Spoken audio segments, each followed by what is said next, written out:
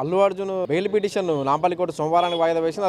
అదేవిధంగా జ్యుడిషియల్ రిమాండ్కి సంబంధించి కూడా విచారణను జనవరి 10కి వాయిదా వేసింది. ఈ కేసుకు సంబంధించి మనకు వివరాలు చెప్పడానికి అడ్వకేట్ రాజవర్ధన్ రెడ్డి ఉన్నారు. ఇప్పుడు నాంపల్లి కోర్టు వచ్చే సోమవారం వాయిదా వేసింది అంటే ఇప్పుడు కౌంటర్ ఇవాళే దాఖలు చేసే అవకాశం ఉంటే వాళ్ళ విచారణ చేపట్టదు. ఈరోజు వాళ్ళు కౌంటర్ దాఖలు చేస్తే ఈరోజు ఆర్గ్యుమెంట్స్ అయ్యేది. వాళ్ళ కౌన్సిల్ గారు కూడా వచ్చారు, నిరంజన్ రెడ్డి గారు కూడా వచ్చారు. బట్ ఏంటంటే పోలీసు వాళ్ళు కౌంటర్ కోసానికి టైం తీసుకున్నారు కాబట్టి ఆటోమేటిక్గా కోర్టు అడ్జర్న్మెంట్ వేయడం జరిగింది, మండేకి వాయిదా వేయడం జరిగింది. ఇప్పుడు సోమవారం నాడు చిక్కడపల్లి పోలీసులు కౌంటర్ దాఖలు చేసిన రెగ్యులర్ బెయిల్ ఇచ్చే అవకాశం ఎంత అంటే ఇచ్చే అవకాశం ఉందండి Nampally? That we cannot tell. ఎందుకంటే ఇస్తుందా డిస్మిస్ చేస్తా దట్స్ అది డిస్కషన్ ఆఫ్ ది కోర్ట్. వీళ్ళు పెట్టే అంటే మొన్న అనుకున్నాం బెయిల్ వస్తుందో రాదో అని చెప్పేసి లక్కీలో హైకోర్టు ఇంటర్ బెయిల్ గ్రాంట్ చేసింది. మీన్ వైల్ ఇక్కడ రెగ్యులర్ బెయిల్ వేసుకోమని చెప్పింది.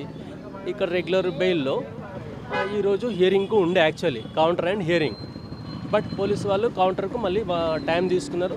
So that case is urgent మండేకు. ఈ కేసుకు సంబంధించి అల్లు అర్జున్ A11గా ఉన్నారు కదా, A11 ఉన్నారు. మరి ఇప్పుడు A1 నుంచి A10 వరకు కూడా ఇదే ప్రాసెస్ కొనసాగుతుందా లేకపోతే ఈయనకి మాత్రమే? లేదు, అందరికీ ప్రొసీజర్ ఇదే. అందరూ రెగ్యులర్ బెయిల్ అప్లై చేసుకోవాలి. పోలీసు వాళ్ళు కౌంటర్ వేస్తారు, దాని మీద ఆర్గ్యుమెంట్ జరుగుతుంది. ఎవరికి బెయిల్ ఇవ్వాలా వద్దనేది కోర్టు వాళ్ళు డిసైడ్ చేస్తారు. ఇప్పుడు జ్యుడిషియల్ రిమాండ్కి సంబంధించి జనవరి 10కి వాయిదా పడింది. ఆ రోజు మళ్ళీ అల్లు అర్జున్ రావాల్సి ఉంటుందా, ఇలాగే వర్చువల్ కోరే అవకాశం?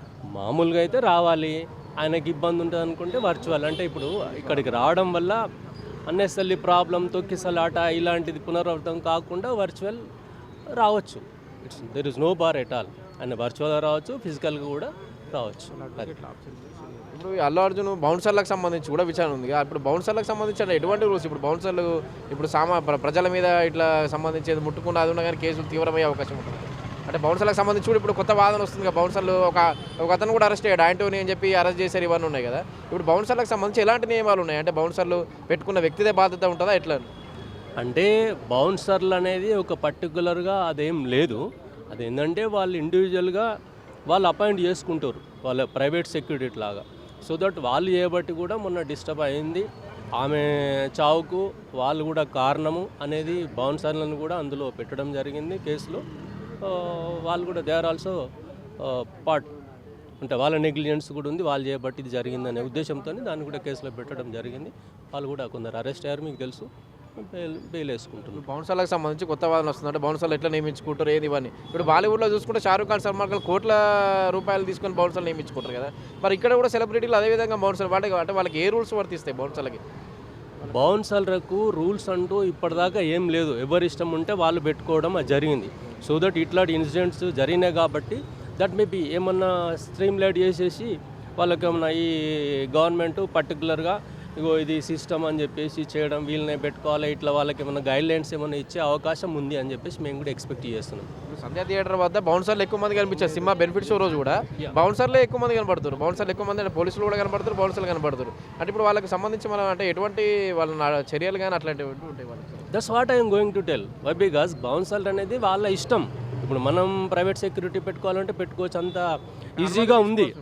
ఇప్పుడు అనుమతి తీసుకోవాలా తీసుకోవద్దా అనేది లేదు. వాళ్ళు నాకు ఇబ్బంది ఉంది, నా బౌన్సర్లు పెట్టుకోవచ్చు అన్నట్టు ప్రైవేట్ సెక్యూరిటీ పెట్టుకోవచ్చు.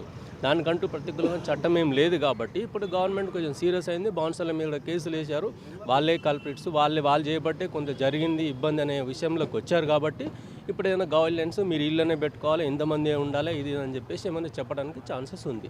సెలబ్రిటీలు బౌన్సర్లు నియమించుకునే సమయంలో ఇప్పుడు ప్రభుత్వానికి కానీ పోలీసులకు కానీ ఏదైనా అంటే అర్జీ పెట్టుకునే అవకాశం ఉంటుంది? అంటే మేము బౌన్సర్లు నియమించుకుంటా వీళ్ళ పరిధి అట్లా ఏమైనా ఉంటుందా? ఎవరిది వాళ్ళే జనరల్గా ఇప్పటిదాకా అయితే అలాంటిది ఏం లేదు. మేము బౌన్సర్లు ఎవరి ఇష్టం ఉంటే వాళ్ళు, మాకు సెక్యూరిటీ కావాలనుకుంటే వాళ్ళని బౌన్సర్లు పెట్టుకోవచ్చు, అంతా చేయొచ్చు. మీరు చూస్తుంటాం ఇప్పుడు వేరే ఇక్కడే కాదు ఇంకా వేరే క్లబ్లలో అక్కడిక్కడ కూడా బౌన్సర్లను పెట్టేసుకొని వాళ్ళు మన ప్రైవేట్ సెక్యూరిటీ అన్నట్టు చేసుకుంటారు.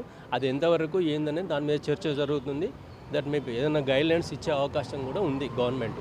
Why because government is very serious against the bouncers now. Thank you. ఇది Nampally bar association president Rajavardhan Reddy చెప్తున్న మాటలు ఇవి. అయితే సోమవారం నాడు చిక్కడపల్లి పోలీసులు కౌంటర్ దాఖలు చేసే అవకాశం ఉంది.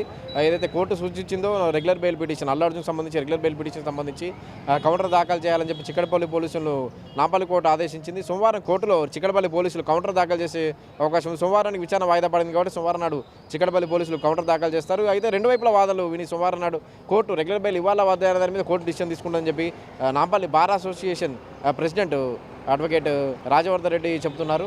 కెమెరామ్యాన్ రూపాల్తో వంశీ, పల్లవి టీవీ.